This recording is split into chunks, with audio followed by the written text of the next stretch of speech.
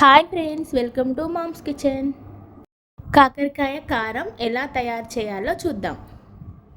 Stove on చేసుకొని ఒక గిన్నె పెట్టుకొని అందులో కొద్దిగా ఆయిల్ వేసుకొని 2 స్పూన్ల శనగపప్పు, మినపప్పు, ధనియాలు వేసుకొని ఫ్రై చేసుకోవాలి.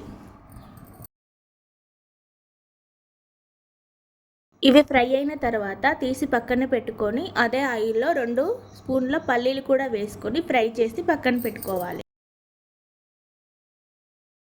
ఇందులో కొద్దిగా ఆయిల్ యాడ్ చేసుకొని రౌండ్గా కట్ చేసిన కాకరకాయలు వేసుకొని డీప్ ఫ్రై చేసుకోవాలి.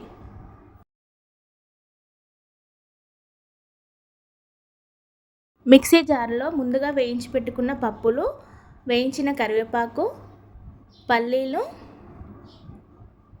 జీలకర్ర, ఉప్పు, కారం, వెల్లుల్లి, ముందుగా ఫ్రై చేసుకున్న కాకరకాయలు కూడా వేసి బరకగా గ్రైండ్ చేసుకోవాలి. నేను కొన్ని కాకరకాయలు ఫ్రై చేసినవి పక్కన పెట్టుకున్నాను. వాటిని ఇప్పుడు ఇందులో వేసి కలుపుకోవాలి. కరివేపాకు కూడా ఫ్రై చేసి వేసుకున్నాను.